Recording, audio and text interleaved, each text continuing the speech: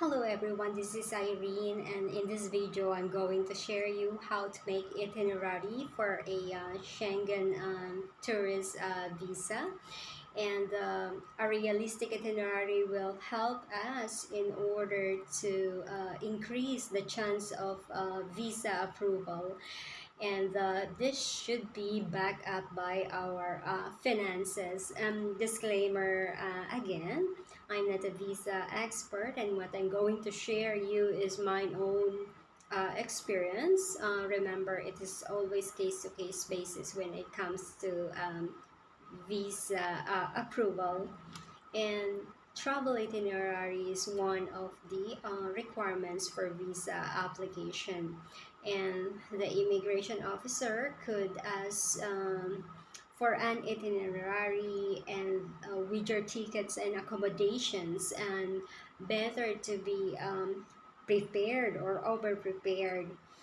Some of the immigration officer may ask you during your travel whether you are a whether you are visiting someone in Europe, like a family or a partner, and we cannot say that we are only staying at home because your you know family members or your partner is just busy at work. So especially if you applied for a tourist visa, and what the tourists normally do is to visit all the attractions in the Europe, and yeah, and so an itinerary could be like 15 days, 30 days, 45 days, 60 days, or 90 days. Um, those kind of duration, and you need to back this up with your financial capacity, especially kung magstay kayo sa mga luxury hotel or accommodation, or you may also consider a like hostel or dormitory for budget traveler like me. And I booked in a female hostel, and my visa was granted. And also go for places that is within your budget. And next, you need to consider is the travel time and the mode of travel. And especially if you're visiting several countries in Europe, and you need to familiarize yourself with the convenient route for you to save time and money to maximize your entire trip. And example, from Netherlands to Switzerland by train will take 12 hours. And for me, I will travel at night to save like accommodations, and mas marami ding makikita when we take the train rides, like the beautiful sceneries in Europe, and unlike the plane with unlike the planes sometimes with luggage restriction, and sometimes they also charge you extra fees um, with the plane. Unlike with the train rides, there are no restrictions when it comes to baggage.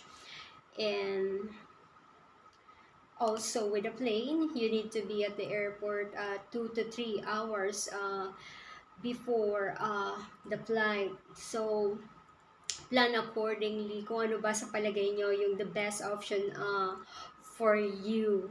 And with taking the train, you also have the option to go down to the main city center. Unlike pag plane rides kayo, sometimes you need a taxi or another ride from airport to the city center. So those kind of things. And we need to familiarize kung ano-anong cities or country ba yung mga magkakalapit. And like me, my entry is Netherlands, and from Netherlands then I can go to Belgium, France, Luxembourg, Germany, and then from that on you can continue. And so very useful in creating a travel itinerary is the Google Map. And look for also the accommodation that is close to the train station, or to certain places or attractions that you need to visit, so that it will save a lot of you know time and money as well.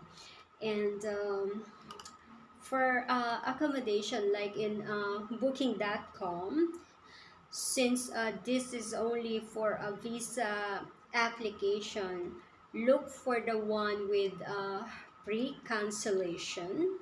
Pre-cancellation, it's green color there.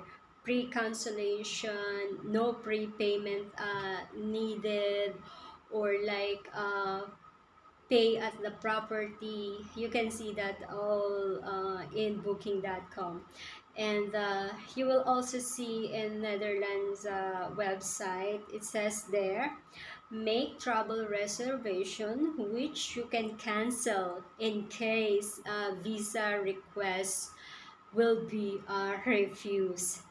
um, so it is okay not to pay anything for your accommodations um, during your visa application process. But even you did not pay for it, you will receive a like a confirmation of your booking. This will be sent through your email, and that one you can print it um, print it and submit to the embassy. And you also need to consider for certain tourist attractions, there will be some advance reservation needed, and may have entrance fees, things like that, and things to consider with it, whether that is open during Sundays and holidays, or any certain days of the week. And for example, in Netherlands, like the Gouda, and that is the cheese market in the Netherlands. And this one, it opens weekly on Thursday from 10 o'clock to 12:30 in the afternoon only. And there are it's starting from April 4, 2024 to August 29, 2024. And being said that it needs to be plotted in your itinerary in that certain day and months only. And also another example is the Anne Frank House in Amsterdam. Tickets are only available through Anne Frank's website, and every Tuesday at 10 a.m. Central European Time. And another attraction that you may consider in Netherlands is the Keukenhof. That is the garden in Europe. You can see beautiful tulips and millions of beautiful flowers. And for this 2024 Keukenhof, will be open from March 21 to May 12, 2024 only, from 8 a.m. to 7:30 p.m. And also sa Europe po, kung pupunta kayo during springtime, maliwanag pa kahit alas 9 or alas 10 ng gabi. Sometimes nga lumulubog yung araw around 11 o'clock na, yung mga 10:30, maliwanag pa rin. So, pwede kayong gumala until that time. And so those kind of itinerary na dapat and med designated days talaga sila kung saan mo ilalagay. So kaya kung magpapagawa kayo ng itinerary, it's better to double check those certain places. Baka mamaya yung pa yung maging cause of denial ng inyong visa. And your itinerary should match with your plane ticket as well. And like me, last year my arrival in Netherlands was May 12. That counted as day 1. So this also should match with your travel insurance and accommodation na sakto sila. And check the booking confirmation na kumpleto at mag-match din sa itinerary nyo. Minsan, nagiging cause din ito ng denial kasi minsan kulang yung binook mo na or yung confirmation booking mo na nakalagay doon sa itinerary. I-compare kasi nila yon yung mga ganung bagay. And other thing is yung days na covered ng insurance mo. Sometimes, kulang yung araw na kinuha mo for your travel insurance na nakaplate dun sa itinerary mo. Kaya kailangan mag-match yung mga yon. And if you avail the services of a travel agency, make sure na i-check nyo po yung mga details na to. Huwag kayong makampante. And you need to familiarize yourself with your itinerary.